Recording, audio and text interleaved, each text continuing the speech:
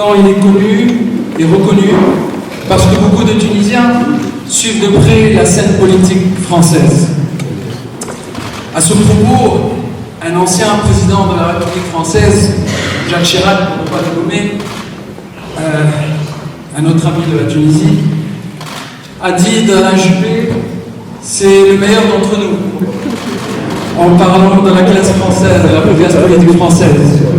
Alors aujourd'hui, mesdames et messieurs, nous avons le plaisir d'avoir le meilleur d'entre eux, ici présent, et on va bien profiter de lui. Alors, comme on est...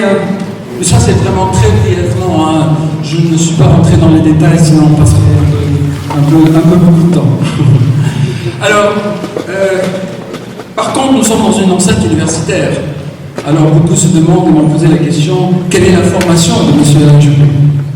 Alors Alain Juppé a commencé d'abord, c'est peut-être pas très commun en politique, par une agrégation en lettres classiques, puis plus classiquement en obtenant le diplôme de l'IEP de Paris, puis de l'ENA au début des années 70. Enfin, l'universitaire que je suis ne peut pas oublier de citer M. Juppé, qui a été également, pendant plusieurs mois, un collègue de l'enseignement au Canada, à Montréal, une fois. Et ça nous fait particulièrement plaisir. Mais un collègue qui a récemment commencé une nouvelle aventure, qui pourrait nous amener à l'appeler à sa prochaine visite dans cette maison, Monsieur le Président. Qui c'est? Alors, voilà. Monsieur le conférencier, vous avez devant vous une audience triple, si j'ose dire. D'abord, des étudiants, beaucoup d'étudiants.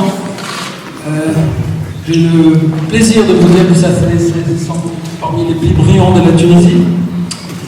Beaucoup de collègues aussi, d'enseignants qui ont tenu à être présents aujourd'hui dans le sujet les intéresse. Là aussi, je dois dire que ça fait parmi les meilleurs étudiants de la Tunisie, les meilleurs enseignants de la Tunisie aussi. Mais nous avons aussi parmi nous beaucoup de nos partenaires, des entreprises et de la société civile, parce que l'IHEC Carthage est très ouvert sur l'environnement et pour nous c'est très important parce qu'on travaille au quotidien avec eux pour améliorer notre prestation, pour améliorer l'employabilité de nos étudiants et pour améliorer la situation du pays d'une manière plus générale. C'est pour cela que le sujet du jour nous intéresse tous tout particulièrement. La Méditerranée, défi commun à relever ensemble. Ce berceau de plusieurs civilisations, nous sommes ici à Carthage, c'est l'une des plus belles d'entre elles, au milieu des terres, comme diraient les latins. Mais beaucoup de questions restent posées, et la question principale, c'est que la Méditerranée doit-elle être un pont ou une rupture?